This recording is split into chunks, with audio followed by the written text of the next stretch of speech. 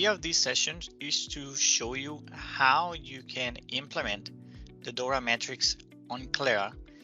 The DORA metrics are a set of 4 KPIs that are well defined by DORA, the DevOps Research and Assessment Group that is owned by Google. And even though they are well documented, a lot of companies are still struggling to implement these metrics and measure their DevOps performance. So the idea is to show how we can manage this and what we can do beyond implementing those metrics or monitoring those metrics. So while I navigate this demo, I'm gonna give you an idea of how you can configure it for your organization.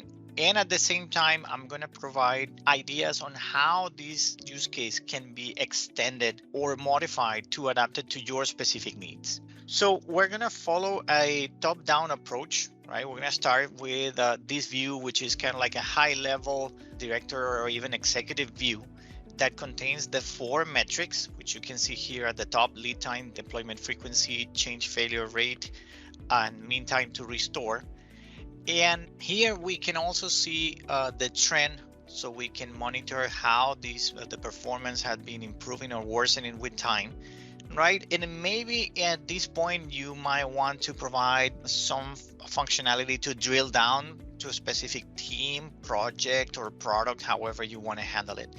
So right from the start, you see that we have some performance indicators, right? The State of DevOps report that is published by the Google Cloud team has some thresholds, right, based on their surveys on what is considered elite, high, medium, and low performers. The idea is that you can configure those to adapt it to your organization, right, depending on what type of product you are developing and what kind of services or features you are delivering to your customers, right? The other thing is that the calculation for each of these metrics can also be modified and adapted to your specific processes. For example, we have some customers that deal with highly specialized hardware products and they cannot deploy on a regular basis. So the way they measure deployment frequency and the way that they measure the success for those deployments might be very different from another company that is managing a SaaS software with millions of users logging in every day.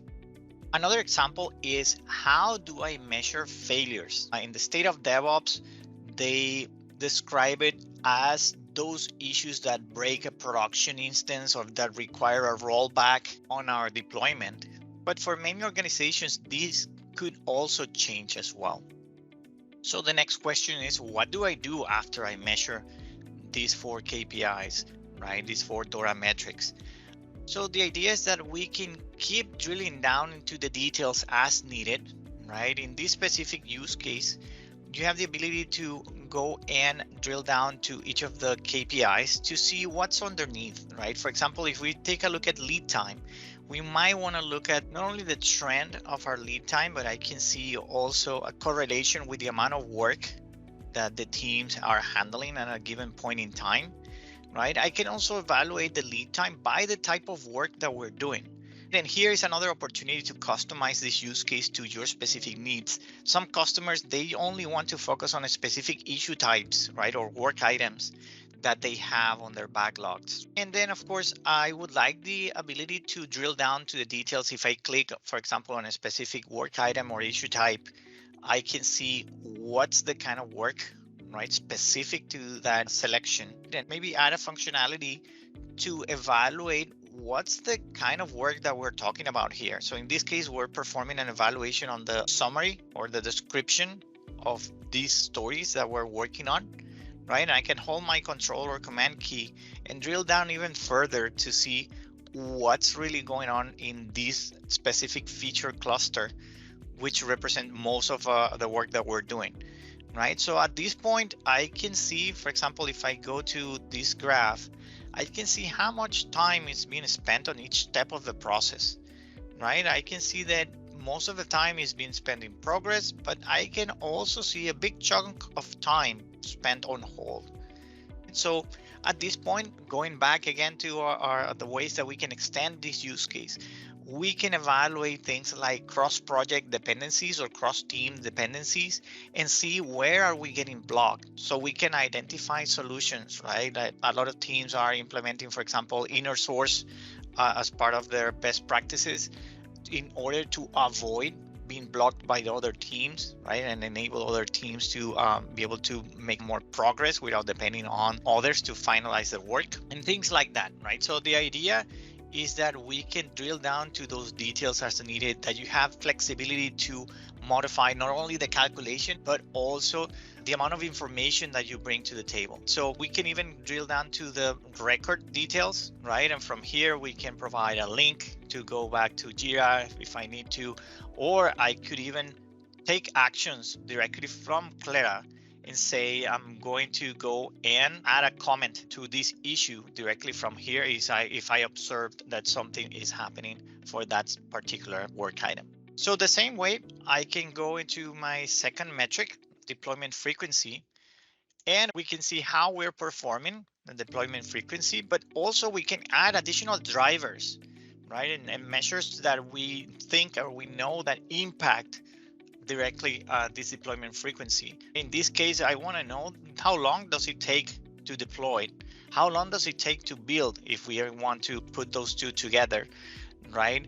For example, if it takes a long time to build, we cannot expect to deploy often, right? The same way, if it takes a lot of time to deploy, then we cannot expect to deploy regularly, right? Those can impact. We can also check the failures, right, in the process. So for example, we can include build failures here, and we can see how those failures impact our deployment frequency, right? So we have here the trend of our deployments, and we can see that when we have this amount of failures on our builds, we were not able to deploy at all. So again, we can check the trend of our time or duration of the builds. We can also do that on deployments and so on and so forth. And we can do it also by specific teams or applications.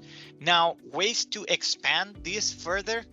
Some teams, they want to be able to select specific pipelines that manage their builds and or deployments, right? So imagine in a tool like Jenkins, we have multiple jobs that are running there. And for each team, we need to specify which jobs are doing the builds, which jobs are doing deployments, if they are managing deployments also in Jenkins.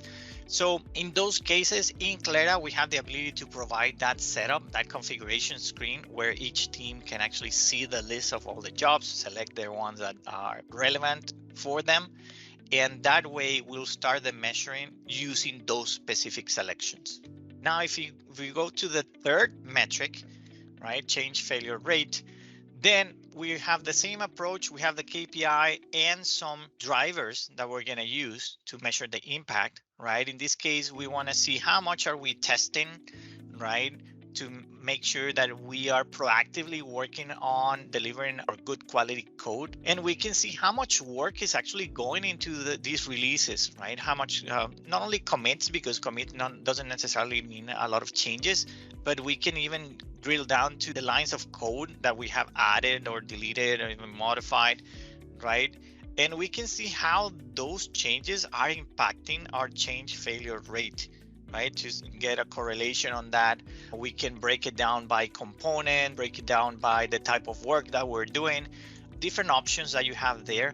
And again, going back to ways to expand this use case, we can proactively add gates, quality gates, not only when we talk about code coverage, but compliance overall. We have a very popular use case on continuous compliance, right? Where we can define if we're using the right pipelines, if the code is being reviewed, and so on and so forth, right? And see who is complying with those best practices or not.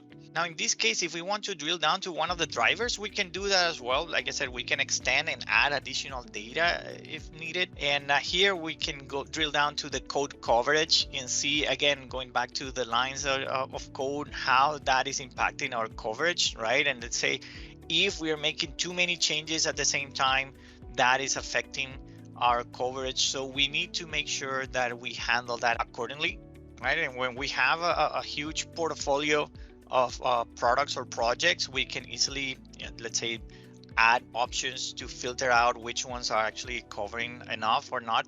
And with that, we go to our last DORA metric, which is mean time to restore. And here again, we maybe want to add some drivers. We want to see how often our application is crashing, right? How long is it taking us in average, right? Our trend for mean time to restore. Maybe we want to include some resource consumption to see if it has something to do with our infrastructure or our platform usage, right? We can go in details into that as well. And before we get into the data side, I just wanted to show you how you can easily modify any of these views. For example, if I want to change this into a bar chart, right, to identify clearly where we have those crashes, or if I want to add additional views, right, I can just, if I want to identify the host, I can just drag and drop that field and change that view into something else like a pie chart, for example, so users can click on it and see the impact by specific hosts, right? And here you will have the ability to also create formulas in a very easy way, right, using Excel-like kind of functionality in order to expand your use case. Now with this, I'm going to go a little bit into the data piece. How do we put all this together, right? This specific use case is going across multiple tools, right, as you can see on the screen. Now, challenges that we typically see when organizations are trying to build these kind of use cases. Different teams might use different tools. Different teams might have different workflows or processes, so they need to manage all those exceptions, right? So when you bring all the data into a data warehouse, it's hard to deal with those exceptions. The same way we talked about the selection of a job for measuring the builds or deployments, right? So all that flexibility is needed at the end of the day to be able to track the DORA metrics, right? What happens if one of the teams adopts a new tool? And that needs to be onboarded and taken in consideration in order to measure all this. So in Clera, we don't need to create that kind of data warehouse, right? Our connectors are smart enough and our tool is smart enough to handle all that for you. Let me give you an example of that. So let's say that we want to use Jira to get information about our projects and see where the work starts, right? So I can just go here, search for a specific Jira instance. You can see we can have multiple instances of the same tool. And I can say, just give me all the projects that I have in Jira, right? And with that, it's going to bring something like this, right? Now this view is very crowded, but we just wanted to put something together so you can have the entire understanding of the data flow.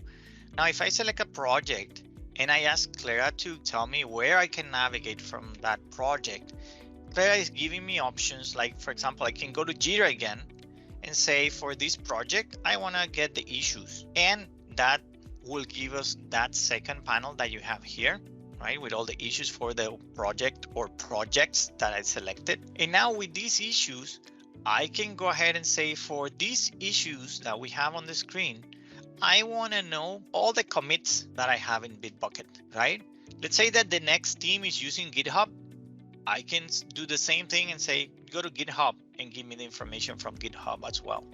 Or I can go to Jira again and say, just give me the history of these issues. I want to know how often they change and when they changed from one status to the next one, if I want to track it like that. And just like that, I get commits from a different tool. I get a different data set from a different tool, right? Just by navigating contextually. And I can do the same to go from commits to the modified files in those commits, right? Now I might want to get these modified files and say, now I want to go to a tool like Sonar and get the quality for those changes. I might want to get the code coverage, for example, and keep track of that measure or any other measure for that matter, right? So you can see how we can go to each one of these tools. Let's say that we selected our pipelines in Jenkins, and here in Jenkins, we get the information about the commit. Now with this commit information, I can go back and correlate it to this. So I have the ability to see when the first commit went in and when the code was deployed, right? Or I might want to see that when the code is actually deployed to Kubernetes, for example. I might want to have a tool like Nagios monitoring how often we have a crash, or some customers want to track that by going into ServiceNow and identify specific tickets that identify a crash or a high priority issue that we have in production. Now, independent on the tool that you're using, we are able to do the same correlation here and calculate this information across all of them. Some customers decide to start with something very simple, like tracking lead time only with Jira information, right? From the moment the issue went from one status to another status in Jira. Some customers, they actually want to go straight and follow the definition that is on the DORA State of DevOps report and calculate from the first commit for that specific feature to the moment that commit is deployed, right? So regardless of how you want to do it, or if you want to do it incrementally, you can do that too. If you're not ready to go all the way across all the tools, you can implement a piece of it, keep it simple, and then expand your use case as needed.